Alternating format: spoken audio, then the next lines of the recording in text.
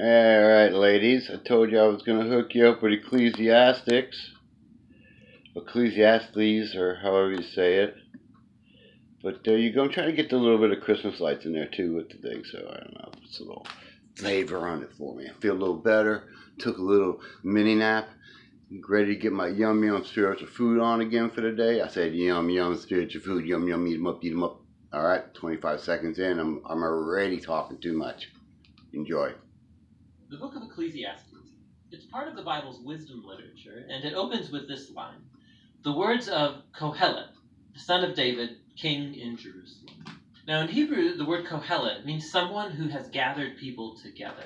And in this case, it's to learn, so it's often translated in English as teacher. And the teacher is said to be a son or a descendant of King David. And so there are different views about who this figure might have been. Many think that it refers to King Solomon, others to maybe one of the later kings of David's line, and still others think that it's actually a later Israelite teacher who has adopted a Solomon-like persona as a teaching aid. Whichever of these views is correct, the key thing is to recognize that the teacher is a character in the book and is different than the author of the book, who remains anonymous. So we do hear the teacher's voice for most of the book, but it's actually a different voice, the author, who introduces us to the teacher in the first sentence, and then at the end concludes the book by summarizing and evaluating everything the teacher just said.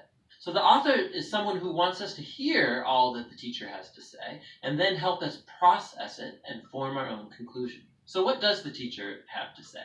Well, the author summarizes the teacher's basic message at the beginning and right at the end, and it's Hevel. Everything is utterly Hevel. Now, most English Bibles translate this word Hevel as meaningless, but that doesn't quite capture the heart of the idea. In Hebrew, Hevel literally means vapor or smoke, and the teacher uses this word 38 times in the book as a metaphor to describe how life is, first of all, temporary or fleeting, like a wisp of smoke. But secondly, also how life is an enigma or a paradox. Like smoke, it appears solid, but when you try and grab onto it, there's nothing there. So there's so much beauty or goodness in the world, but just when you're enjoying it, tragedy strikes and it all seems to blow away. Or we all have a strong sense of justice, but all the time bad things happen to good people. So life is constantly, it's unpredictable, it's unstable, or in the teacher's words, like chasing after the wind. Hevel. Now that's kind of a downer. So why is he saying all of this? The author's basic goal is to target all of the ways that we try to build meaning and purpose in our lives apart from God. And he lets the teacher deconstruct these. So the author thinks we spend most of our time investing energy and emotion in things that ultimately have no lasting meaning or significance. And he lets the teacher give us a hard lesson in reality. You can see this most clearly in the opening and closing poems, which focus first of all on time and then on death. So the teacher says, you can spend your whole life working and achieving because you think that makes your life meaningful. But you should really stop and consider the march of time. For all of the human effort that takes place in the world, nothing really ever changes. So sure, we develop technology and we build nations that rise and fall, but go climb a mountain and see if it cares. It was there long before any of us, and it will be here long after. I mean, no one's even going to remember you or anything you did 100 years from now, but that mountain will still be there. And the ocean will still be breaking on the beach, and the sun will still rise and set. And so time will eventually erase you and me and everything that we care about. And if that's not disheartening enough, the teacher also can't stop talking about death all the way through the book, but especially in this poem near the end. He says death is the great equalizer, and it renders meaningless most of our daily activities. It devours the wise and the fool, the rich and the poor, no matter who you are, what you've done, good or bad. We're all gonna die. And it's inescapable. So with these two ideas in hand, the teacher goes on to consider all the activities and false hopes that we invest our lives in to find meaning and significance, like wealth or career or social status or pleasure. So you think working hard is going to make life worth it? Think about the stress and the toll that that takes on you, all the anxiety and the sleepless nights. And by the time you actually earn some wealth, you're going to be too old to enjoy it anyway. And then by the time that you have to pass it on to someone, they may not even be someone who cares about anything that you did. Or maybe you think pleasure is going to make life worth it for you. Go for it. Live for your vacations, live for the weekend party.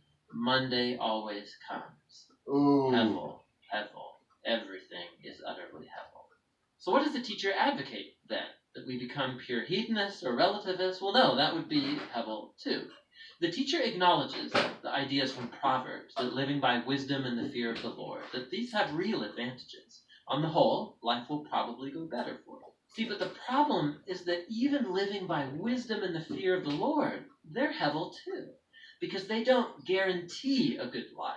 Good people die tragically, and horrible people live long and prosper. There's just too many exceptions. And so even wisdom is hevel. Again, not meaningless, but an enigma. Wisdom doesn't work the way you think it should all the time. So what's the way forward in the midst of all this hevel? And here, paradoxically, the teacher discovers the key to the true enjoyment of life under the sun. It's accepting hevel. It's acknowledging that everything in your life is totally out of your control. About 6 different times at some of the bleakest moments in his monologue, the teacher talks about the gift of God, which is the enjoyment of simple, good things in life. Amen. Friendship, or family, a good meal, or a sunny day. You can't control these things. You're certainly not guaranteed them, but that's their beauty. When I come to adopt a posture of total trust in God, it frees me to simply enjoy my life as I actually experience it, not as I think it ought to be. Because even my expectations about what life ought to be are ultimately hevel. Hevel. Everything under the sun is utterly hevel. And so the teacher's words come to a close. Right here at the end, the author speaks up again, and he brings it all to a conclusion. He says, the teacher's words are very important for us to hear. He likens them to a shepherd's staff with a goad, a pointy end, which might hurt when it pokes you, but he says the teacher is trying to poke you to get you to move in the right direction, towards greater wisdom. The author then warns us that you can actually take the teacher's words too far, and you could spend your whole life buried in books trying to answer life's existential puzzles. Don't try, he says. You'll never get there. And so instead, the author offers his own conclusion, and it's this: fear God and keep his commandments. This is the whole duty of humans, for God will bring every deed into judgment, every hidden thing, whether good or evil. And so the author thinks it's good to let the teacher challenge your false hopes and remind you that time and death make most of life completely out of your control. But what gives life true meaning is the hope of God's judgment. The hope that one day God will clear away all of the hevel and bring true justice to our world. And it's that hope that should fuel a life of honesty and integrity before God, despite the fact that I remain puzzled by most of life's mysteries. And that's the wisdom of the Book of Ecclesiastes. All right. So, let me pause this. All right. So, yeah. There you go. Really not much to say after that. I hope you guys have a blessed day, and I love you always, and please share this with people. Watch it. I mean, I know everybody has rough days and stuff, but, we have to start making a conscious effort to put things that are going to help us and guide us. Surround ourselves, I guess what I'm trying to say is surround ourselves with things that are going to help us instead of hinder us. And that's the choice. And when you make that choice, and you start watching this stuff, and then things start coming easier, and you've been touched, you've had God on your heart before, you guys have a loving heart, so and then all of a sudden everything's going real smooth, and then there's going to be a problem, but that's your trial and tribulation. That's something totally different. Another lesson. All I can say is I love you and I pray for you. I'm praying, Father God, protecting God, please put this on my daughter's hearts so they can share it with other people. Or Brandon's heart so he can share it with other people. Because that's what we're supposed to do as watchmen. I see something, I need to let you know. You see something, you let other people know. And then that's how we get to figure it out. Become a big family. Work together with everybody. All right, 10 minutes. I love you. I pray for you always.